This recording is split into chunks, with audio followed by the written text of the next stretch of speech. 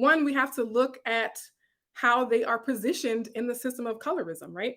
So if you are more privileged in the system of colorism, it's easier for you to be dismissive. It's easier for you to trivialize it and see it as less important. When people do finally decide to talk about colorism, they feel the pressure to talk about it because it's a trending topic, right? But not many people are in the trenches talking about colorism, addressing it, having these conversations, and doing the work every day. So even when our favorite anti-racist activists finally do speak up about colorism, a lot of the times it's because it's on trend or because they're being asked directly to talk about it.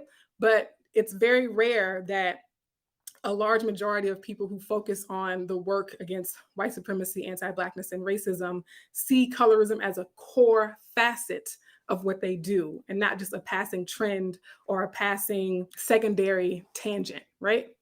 And I think that's, again, one of the biggest failures of anti-racist work and one of the main reasons why we haven't seen as much progress as we could see. And then my affirmation for you all is I am ready to test my commitment to the things I believe I care about. And if you care about anti-racism work, then you have to address or interrogate or audit your track record for addressing colorism, because there is no anti-racism work without anti-colorism. So y'all know I love homework, right? As a former tenure track professor who jumped off the tenure track to blaze new trails, I still am kind of a nerd, kind of a geek. I still like studying and reading and homework. So this homework assignment has two parts. Ask as many people as you can this week if they've heard of colorism, right?